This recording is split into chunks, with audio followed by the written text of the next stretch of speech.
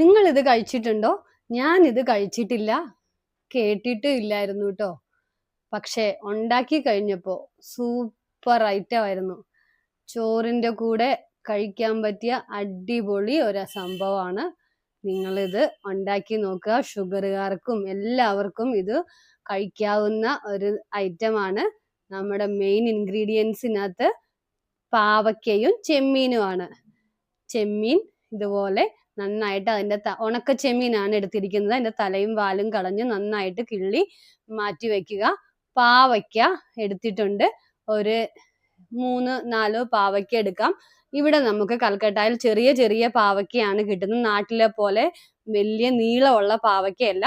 അപ്പോൾ അത് നന്നായിട്ട് അരിഞ്ഞു വെച്ചിട്ടുണ്ട് സ്ലൈസായിട്ട്. അത് കഴിഞ്ഞ് നമുക്ക് വേണ്ടത് തേങ്ങയാണ്. തേങ്ങ ഒരു അരമുറിയുടെ ഒരു 1/4 ഭാഗത്തോളം എടുത്തിട്ടുണ്ട്. പിന്നെ ഒരു സവാളയോ ഉള്ളിയോ എടുക്കാം. ഉള്ളി ആയിരിക്കും നല്ലത്. ഇവിടെ നമുക്ക് ഉള്ളി കിട്ടാത്തത് കൊണ്ട് സവാള എടുത്തു. അത് ചെറുതായിട്ട് അരിഞ്ഞു വെച്ചു. അതിനുശേഷം വെളുത്തുള്ളിയാണ്. ഒരു 4 അല്ലി വെളുത്തുള്ളി നമുക്ക് എടുക്കാവുന്നതാണ്. ഇതുപോലെ നീളത്തിൽ ചെറുതായിട്ട് അരിഞ്ഞെടുക്കുക. അങ്ങനെ മുഴുവൻ വെളുത്തുള്ളിയും അരിഞ്ഞെടുത്തിട്ടുണ്ട്.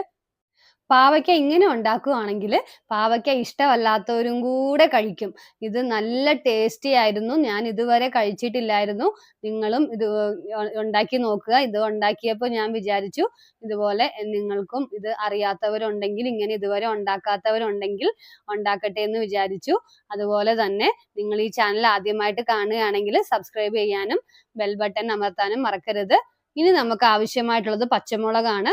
4 പച്ചമുളക് ഞാൻ അതിനു വേണ്ടി എടുത്തിട്ടുണ്ട്.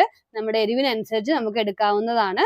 അപ്പോൾ നമുക്ക് ടോട്ടല് പച്ചമുളക്, പിന്നെ ഇവിടെ കടുക് എടുത്തിട്ടുണ്ട്, പിന്നെ പാവയ്ക്കയുണ്ട്, തേങ്ങയുണ്ട്, ചെമ്മീനുണ്ട്. ചെമ്മീൻ ഞാനൊന്ന് നന്നായിട്ട് വെള്ളത്തിൽ കഴുകി എടുത്തിട്ടുണ്ട്.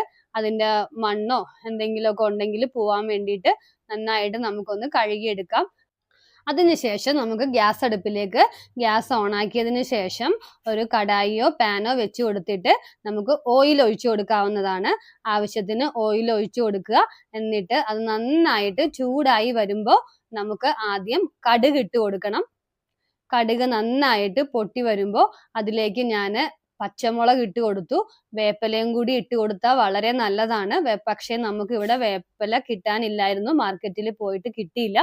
അപ്പോൾ നമ്മൾ വേപ്പില ഇവിടെ സ്കിപ്പ് ചെയ്തു. പച്ചമുളക് ഇതുപോലെ നടുവേ കീറി ഇട്ട് കൊടുത്തിട്ടുണ്ട്. അതൊന്ന് ജസ്റ്റ് ഒന്ന് സോട്ട് ചെയ്തതിന് ശേഷം നമ്മൾ അരിഞ്ഞു വെച്ച ആ സവാള, അതുപോലെ തന്നെ വെളുത്തുള്ളി, ഇത് രണ്ടും കൂടെ ഇട്ട് കൊടുക്കുക. അത് നന്നായിട്ട് ജസ്റ്റ് ഒന്ന് വഴണ്ട് വരുമ്പോൾ ചെമ്മീൻ ഇട്ട് കൊടുത്തു. ചെമ്മീൻ ഒന്ന് നമുക്ക് എണ്ണയ്ക്കകത്ത് അതൊന്ന് ചെറുതായിട്ടൊന്ന് മൊരിയിച്ചെടുക്കുകയാണെങ്കിൽ നല്ല ടേസ്റ്റ് ആയിരിക്കും. പച്ച ചെമ്മീൻ പെട്ടെന്ന് നമ്മൾ ഇടുമ്പോൾ അത് ചിലപ്പം ഭയങ്കരമായിട്ട് സോഫ്റ്റ് ആയിട്ട് കിടക്കും. അപ്പോൾ ഒന്ന് ആ എണ്ണയ്ക്കകത്ത് അത് കിടന്ന് ഇങ്ങനെ ഒന്ന് മൊരിഞ്ഞിപ്പോൾ അതിൻ്റെ കളറൊക്കെ ഒന്ന് മാറി വന്നിട്ടുണ്ട്. അതൊന്ന് മാറി വന്നതിന് ശേഷം നമുക്ക് ശകലം മഞ്ഞൾപ്പൊടി ഇട്ട് കൊടുക്കാം, ഉപ്പിട്ട് കൊടുക്കാം. ഉപ്പിട്ട് കൊടുത്തിട്ടുണ്ട്, മഞ്ഞൾപ്പൊടിയും ശകലം ഇട്ട് കൊടുത്തു. അതിനുശേഷം നമുക്ക് ചിരകി വെച്ച തേങ്ങ ഇട്ട് കൊടുക്കാം. തേങ്ങയും കൂടെ ഒന്ന് അതിനകത്തേക്ക് ഇട്ട് നന്നായിട്ട് ഒന്ന് ഇളക്കി യോജിപ്പിച്ച് എടുക്കുക. അതിനുശേഷം ആ ചെമ്മീൻ ഒന്ന് ജസ്റ്റ് ഒന്ന് റോസ്റ്റായി വരാൻ ഇച്ചിരി ഒരു 5 മിനിറ്റ് സമയം കൊടുക്കുക. അതിനുശേഷം പെട്ടെന്ന് നമ്മുടെ പണി കഴിയും. തേങ്ങ ഒന്ന് ഇട്ട് ഇളക്കിയതിന് ശേഷം നമുക്ക് ലാസ്റ്റ് പാവയ്ക്ക ഇട്ട് കൊടുക്കാവുന്നതാണ്. നമ്മുടെ സീക്രട്ട് ഇൻഗ്രീഡിയൻസിനകത്ത് ചെമ്മീനാണ്.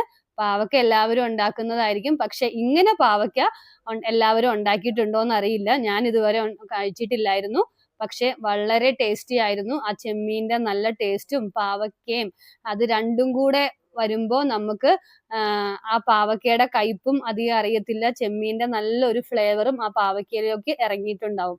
എന്നിട്ട് നമുക്ക് കുറച്ച് നേരം ഒരു 5 മിനിറ്റ് അത് മൂടി വെച്ച് ഒന്ന് വെന്ത് വരുന്നത് വരെ നമുക്ക് വേവിച്ചെടുക്കാം. ഇടയ്ക്ക് ഇളക്കി കൊടുക്കണം. അതിനുശേഷം വെന്തതിന് ശേഷം നമുക്കിതൊരു സെർവിങ് പ്ലേറ്റിലേക്ക് മാറ്റാവുന്നതാണ്. ഇപ്പോൾ ഇത്രയേ ഉള്ളൂ. പെട്ടെന്ന് പണി കഴിഞ്ഞു. നമുക്കതൊന്ന് അരിഞ്ഞും ചെമ്മീനൊന്ന് നന്നാക്കി എടുക്കേണ്ട സമയം മാത്രം മതി.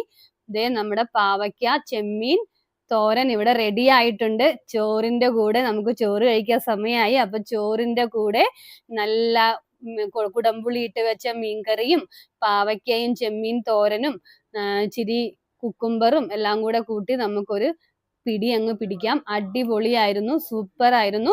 നിങ്ങൾ എല്ലാവരും ഇത് ട്രൈ ചെയ്ത് നോക്കണം. നിങ്ങളുടെ അഭിപ്രായങ്ങൾ അറിയിക്കാൻ മറക്കരുത്. അപ്പോൾ നമുക്ക് അടുത്തൊരു വെറൈറ്റി റെസിപ്പിയുമായി അടുത്ത വീഡിയോയിൽ കാണാം.